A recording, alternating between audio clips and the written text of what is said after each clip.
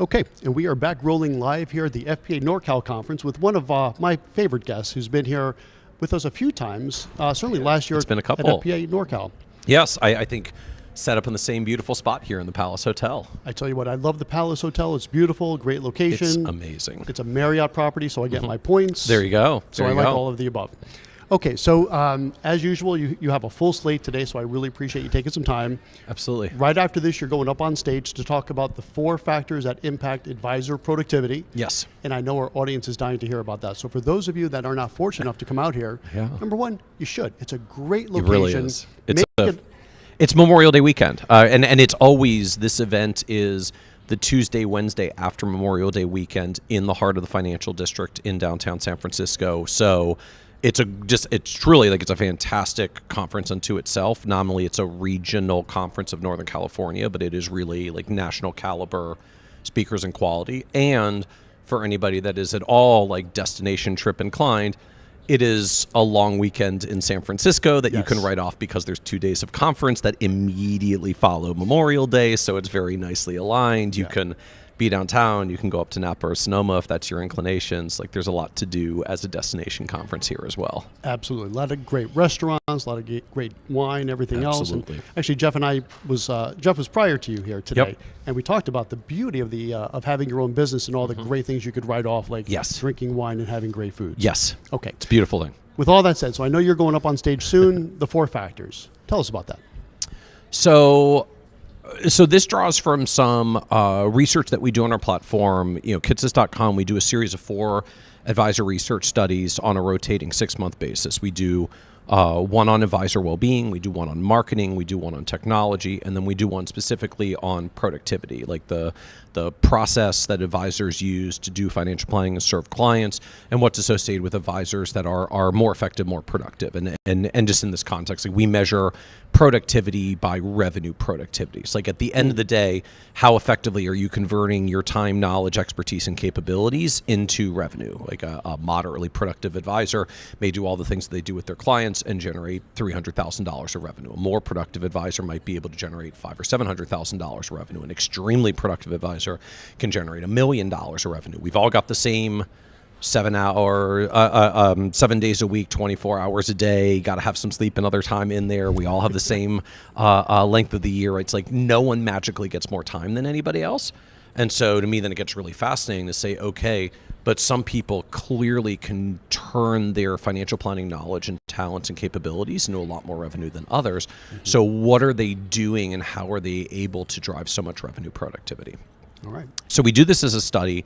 And I feel compelled to note like the most striking thing about our research findings is it's not actually what we find, it's what we don't find. And what we don't find is material increases in productivity associated with technology. Interesting. Tech does not show up as one of the driving factors. And it's not to say that tech doesn't matter. It's kind of a version of the old Jeff Bezos saying, your margins are my opportunity. I love that. So if you imagine an advisory firm, if you imagine 2 advisory firms, the first one gets some amazing new technology. It saves them a ton of time, and they go like, "This is amazing.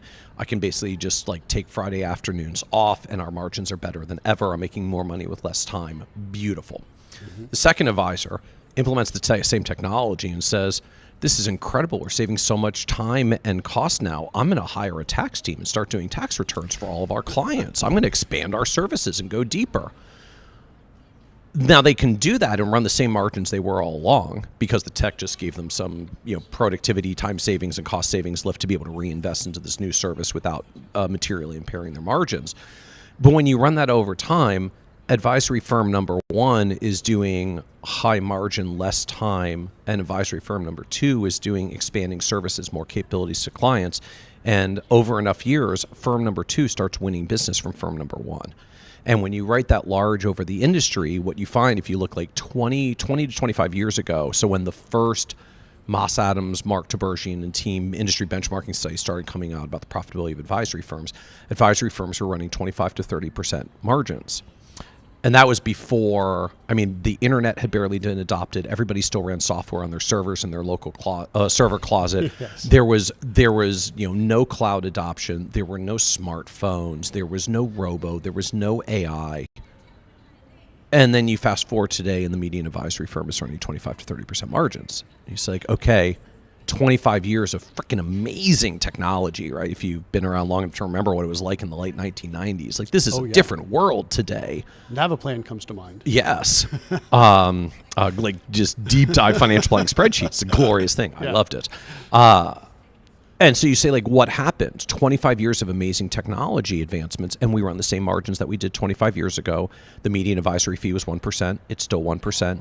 The median client per professional account was 60, 80 clients per. It's still 60, 80 clients per. So we didn't increase client capacity. We didn't change fees, and we didn't change margins in 25 years of technology advancements. So when you look back and say what happens, the answer is, well, firms, at least in the aggregate, obviously not for any individual one, but firms in the aggregate reinvest in services and capabilities about as quickly as they create benefits and efficiencies and savings from technology. So if I look back at what we did 25 years ago, the value prop is so much better today. Right? We have deeper financial planning, more capabilities. There are more CFPs doing more stuff for clients. We are much more holistic than we used to be. Let's face it, back then, client portfolios was like I bought a bunch of mutual funds, and right before they came in, I pulled a Morningstar Principia Pro reports just to figure out whether the mutual funds were still decent at all. Now I've got trading rebalancing software that continuously monitors my clients' portfolios 24/7, 365, and identifies tax loss harvesting opportunities down to the minute. Like our value prop is so much better than it was. So clients got an immense benefit from technology in our industry. We did not, aside from you have to adopt it enough to keep up with the capabilities of your peers, or eventually you fall behind because you're spending a bunch of money doing old things that other people have automated so they can do more things. So we stunningly really don't find material productivity differences in technology use and adoption. There's some kind of enrichment of capabilities overall, but there's not just a clear firms that are really good with tech have 5 to 7% higher margins than the ones that don't, because of this reinvestment effect. So with that, as very long prelude, so what do we actually find does drive advisor productivity? So when we cut through all the data that we collect, we do this with hundreds of advisors. It's a 40-plus minute survey. Thank you to all of you who participated in our survey. We gather a huge number of data points every advisory firm about how they operate at the practice level, and particularly at the service team level, to figure out what's associated with productivity. And so we find ultimately 4 drivers that start to show up of what actually does impact productivity of advisors. So number one is simply having any kind of team to leverage and support you versus not. So the most highly productive advisors we can find who are pure solos with no team cap out at income about 1/3 of those who have a team around them. And almost across the board, the best advisors we can find who are pure solos with no team are making half to 1/3 of the income at kind of every income decile from the lowest to the highest. Just the ability to delegate the administrative and support tasks is absolutely crucial. It doesn't matter at the beginning because you got a lot of time and not a lot of clients, but eventually as you start approaching client capacity, being able to delegate those tasks becomes immense. And so any level of team leverage support becomes crucial, and we see drastic increases in productivity just getting away from anything that's not it's only me. Even I can still be a solo advisor, I don't have to have other lead advisors, but a client service admin, para planners, that level of team gives 2x to 3x revenue productivity lifts because of just the ability to delegate those tasks and have the advisors spend their time on their highest and best use, which is doing planning and investment work for clients and meeting with them. Right, and the relationship part of things. Correct, and having the time to invest in the relationship because I'm not constantly just fielding administrative requests that also have to get done for the client. So this is interesting. So it's not necessarily the technology to do the support work, but to have someone other than you pressing those buttons. Correct, and that really becomes the driver. I think that's part of why we don't see a particular lift in technology. In fact, what we basically see is a lot lot of advisors who try to use technology to avoid needing to hire. Yeah. Instead of just saying like, okay, but I don't know, you'll get 5% more productive if you don't hire and use tech rate, and you'll get 100 to 200% more productive if you hire. So the hiring kind of obliterates the tech. And the irony is, once you hire, a lot of the things that tech automates, not your problem anymore. Right. It's your team member's problem. Right. And the reality is a team member can support you for quite a long ways. And so like having your team member use tech better, like you're not going to pay them less if they only need 90% of their time instead of 100% of their time. Mm-hmm. So it's not even terribly effective to reinvest into the tech for most advisors, because once you've got someone to delegate it to, I mean, if they want to make their days more efficient, kudos to them, but you're not probably going to downsize them or part-time them. They're already a full-time person. And so it really doesn't actually have a lot of impact to start putting lots more tech. I mean, yes, you need like the core things to run, so you're not doing things with an abacus and a yellow pad and such. But right. But short of that, like the super fancy, highly integrated tech, I'm like, okay, if they've got to enter data into multiple systems, like they've got time. You have a full-time admin and you're serving 117 clients. Like they've got time. Okay. It's important to delegate to them and it's important to have them, but like they're not, you're time constrained. That's why you delegate to them. Right. They're probably not that time constrained. So yes, in essence, like having a person to delegate to actually washes out a lot of the need for like the fanciest, best, most integrated tech. That changes a little bit for really big firms, right? If I have 100 people and a 3% tech efficiency means I only need 97 people, that's like 3 headcount savings. Like that's not a trivial amount of money when I'm a big firm with 100 Sure. people. When I'm 1 people going on 2, yeah, I'm going to have 2 even if they get a little bit more efficient. So again, like I'm not anti-tech. I love tech. We publish a very popular tech map. So like I love fast following the tech space, but I do think we put more burden on the tech than maybe it deserves or even could possibly solve for, and grossly underestimate just the astronomical lift that comes when you actually have someone decent to delegate to. Yep. And can really meaningfully increase client capacity, or more time with clients, or more depth with clients, or being able to serve more complex clients that pay you more. Yeah, I think that makes a ton of sense. And that's something I've seen even at my shop. You know, as we're growing, you just have to delegate things. And we kind of jokingly call it, you know, who's got to do that? And I say, well, it's got to be SOC. Mm-hmm. And SOC is someone other than Chuck. I like that. It's got to be SOC. But I do also love tech, because I happen to love tech. So we do try to get that efficient, but I completely agree. You have to have a good team to do all the stuff that isn't my core competency, which is going out there, getting clients. And the way I kind of put this, I'd love to get your thought on this. The ability to speak with someone once, maybe twice, and get them to sign over their entire liquid net worth. That's a rare skill set. You know, if I may say, I think it is. Yes. Filling out That's forms. why the industry has like an 80% attrition rate. Like most people can't do that when the time comes. It's really hard. Right. So when you find that person that has that skill set to get someone to sign over 100% of their liquid net worth, that's kind of all you want that person to do. Correct. Right. You don't want that person filling out forms. Correct. And I mean, to that end, like you don't want that person filling out forms, and you don't want that person filling out e-signed forms.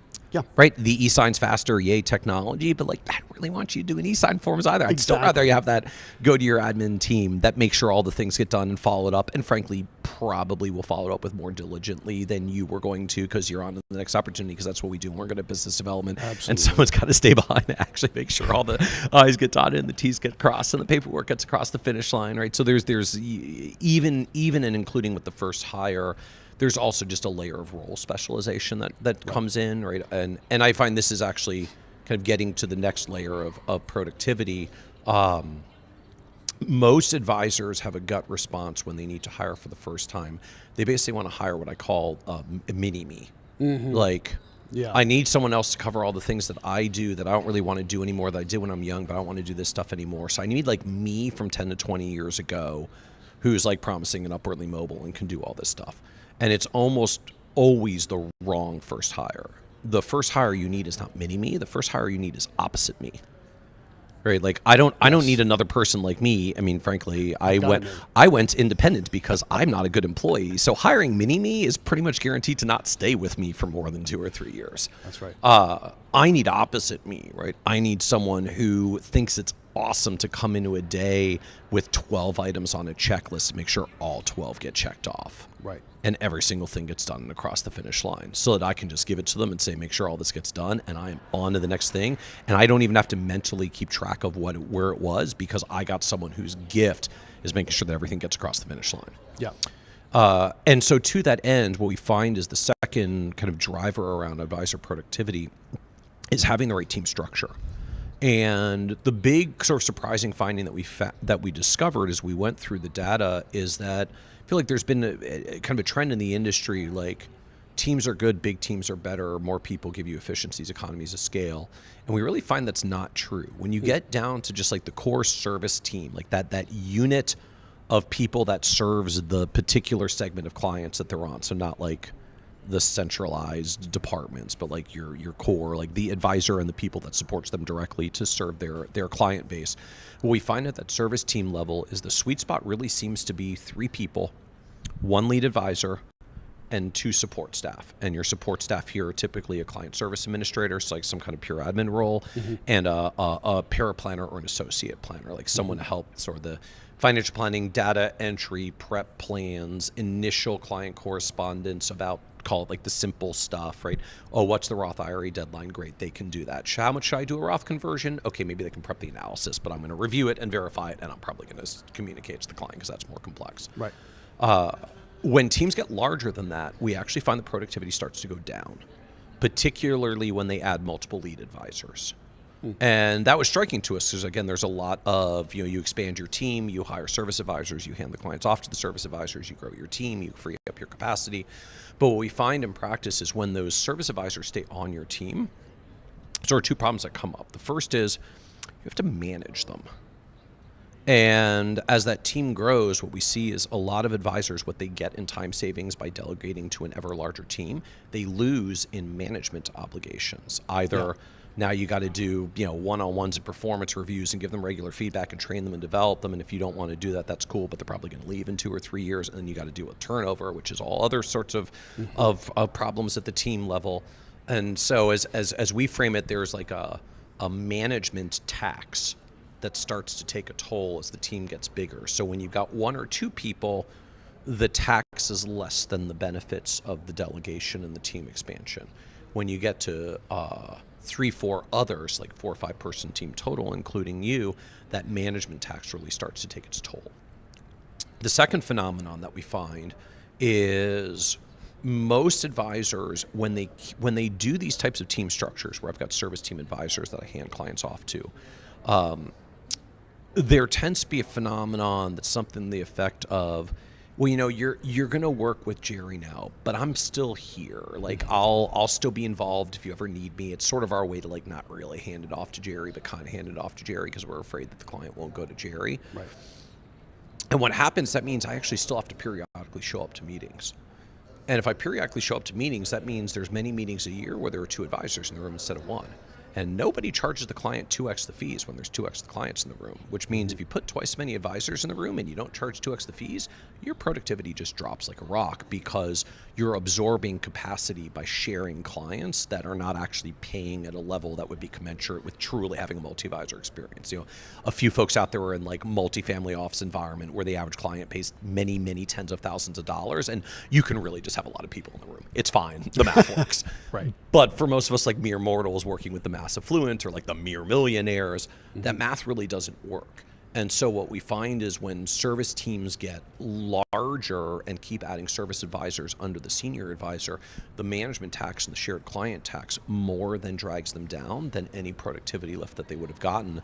And they actually end out better if they just split off and say, like, you're working with Jerry now and he's your full-time advisor. And even if a couple of clients don't go with, I free up so much capacity by not needing to manage Jerry and share clients with Jerry that it goes okay.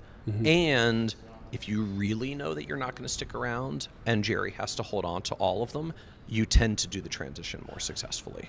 Right. Because there is an effect of like when I, like a burn the boats, burn the ships thing, right? If I, when I say like you're going to be working with Jerry, but I'm still here, you're also basically telling the client. Right. So just be clear, I don't believe Jerry is actually good enough to work with you on his own. Yeah. I'm sticking around here. Whereas if you're really out, you're going to say like, You know what, Jerry is amazing. I mean, the truth is, like, I run around and do too many things.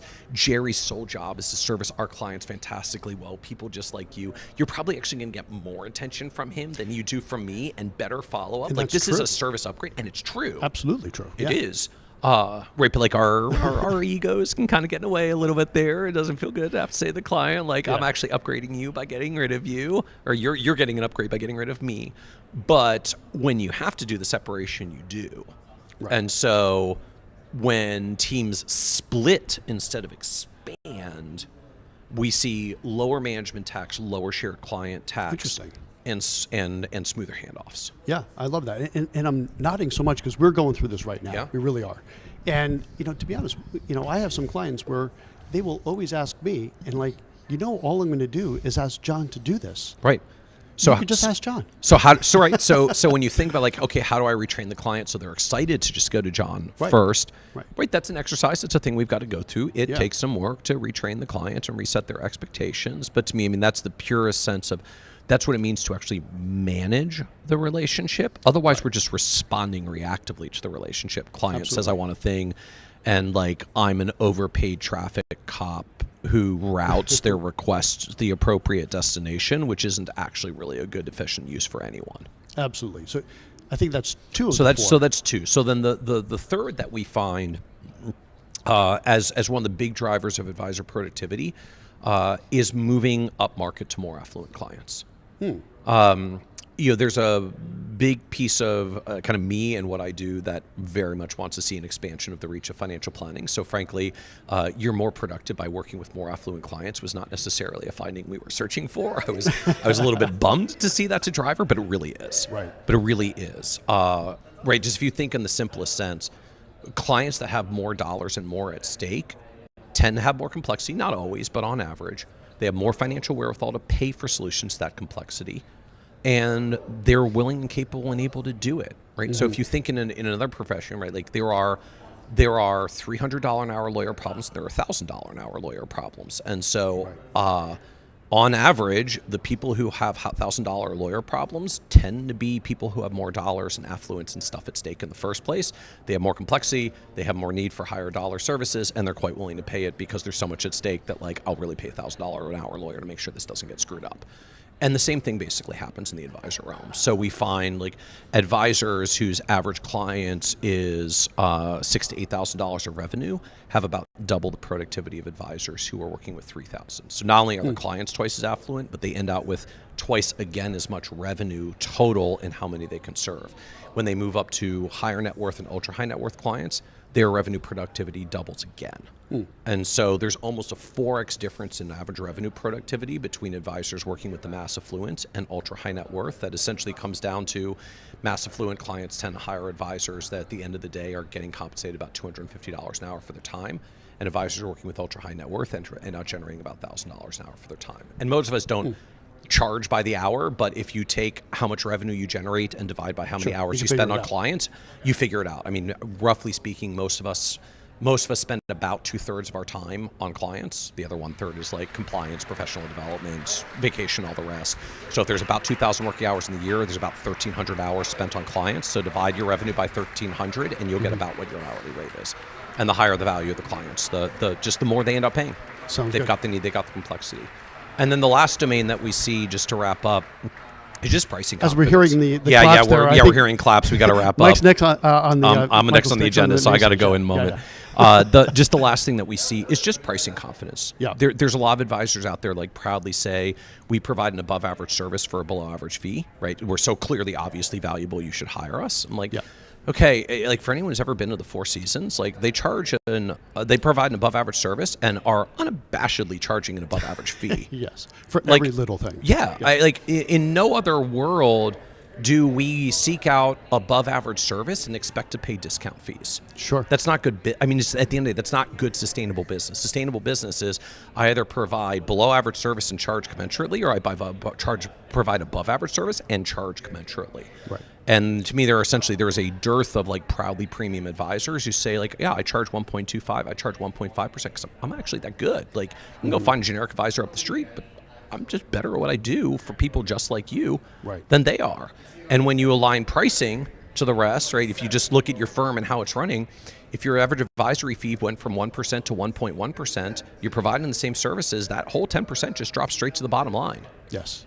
And now you're getting compensated for the high value that you're really providing clients. And so we just sort of characterize this as pricing confidence, but doing all the rest of the stuff right and then undercutting ourselves at the finish line by undercharging the client still can undermine all the other revenue productivity levers. Fantastic. Well, I tell you what, that's a good place to put a pin in it. I know Awesome. You're literally going to go Yes. right over there onto the Yes. main stage. So I appreciate you Awesome. taking this time. And so 4 factors, not one of them is technology, which Not one of them is technology. You do need to do it to keep up with competitive service offerings, Sure. but it's not the thing that actually drives productivity and margins and capacity. Michael Kitces is always insightful. Thank you very Awesome. much. My Appreciate pleasure. it. Thank you. Okay, so this is number 2. We got 3 more to go. Stay tuned. We'll be back in another 45 minutes with some more content. Michael, thanks again.